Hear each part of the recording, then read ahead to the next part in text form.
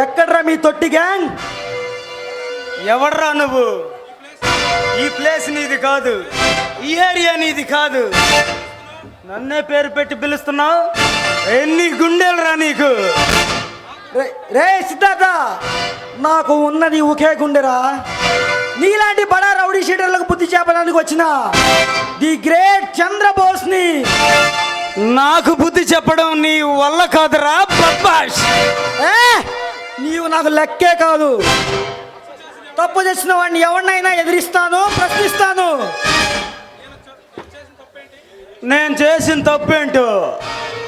అమ్మాయిలను మోసం చేయడం, దొంగ వ్యాపారాలు చేస్తూ బ్రౌన్ షుగర్ ఎగుమతి చేస్తున్నావు. అవి నువ్వు మానుకోవాలి. మానుకోకపోతే ఏం చేస్తావు? నువ్వు నా వెంట్రుకు కూడా పీకలేవు. పరిణామాలు చాలా తీవ్రంగా ఉంటాయి. ఏం బెదిరిస్తున్నావా? కాదు, హెచ్చరిస్తున్నాను. అసలు నా ఎదురుగా వచ్చి నన్నే హెచ్చరిస్తున్నావు. నా రక్షణ వలయం నుంచి తప్పించుకుని వెళ్ళాలనేనా? నేను రావాలనుకుంటే రాక్షస రాజ్యంలోకి రారాజుగా రాగలను. నన్ను ఆపడం ఎవడి తరం, నీ తరం కాదు. ఈ తల రాసిన బ్రహ్మ వల్ల కూడా కాదు.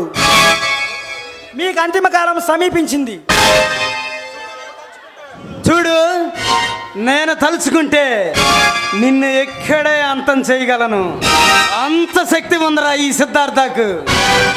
గుర్తుపెట్టుకో.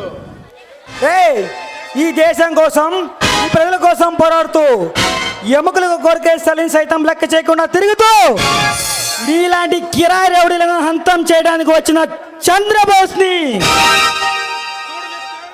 చూడు మిస్టర్, నీ నీతి వాక్యాలు, నీ నీతి మాటలు బడికెళ్ళే చంటోళ్ళకి చెప్పు.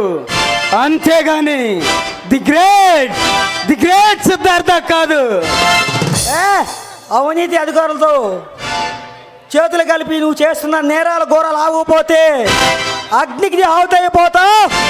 నిన్న హతమాత్రం నాకు లెక్కే కాదు. చూడు, ఈ రాష్ట్రంలో మాకు ఎదురే లేదు. రాజకీయ నాయకులు అవినీతికి అద్దం పట్టే రాజకీయ నాయకులు ఉన్నంత కాలం మాకు ఎదురే లేదు. చిన్న, నీ మేలు కోరి చెబుతున్నా, మాతో చేతులు కలుపు. నిన్ను లక్షాధికారునహి కోటీశ్వరుణ్ణి చేస్తా. ఆ గర్వంతోనే విర్రవేగుతూ ఉండు. ఎప్పుడో నీ చావు మూడుతుంది.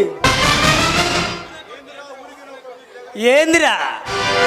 ఏంది? ఊరుకునే కొద్దీ తెగ రెచ్చిపోతున్నావు. నువ్వేమైనా ఈ రాష్ట్రం కోసం కంకణం కట్టుకున్న అల్లూరి సీతారామరాజువా లేక సుభాష్ చంద్రబోసువా? నీలాంటి కుర్ర కుంకల్ని నా సర్వీసులో చాలా మందిని చూశాను. చూసావు, కానీ నన్ను చూడలేదుగా. అరే, నా కంటి చూపు నుండి వచ్చే నువ్వు అగ్ని జ్వాలకు నువ్వు మాడి మసైపోతావు. మర్యాదగా చెప్తున్నా, పద్ధతి మార్చుకో, బ్రతికిపోతావు. వస్తావు. నేను ఎదవనైతే మళ్ళీ వచ్చి తిరిగి వెళ్తావు. బిజిలీ, కమాన్.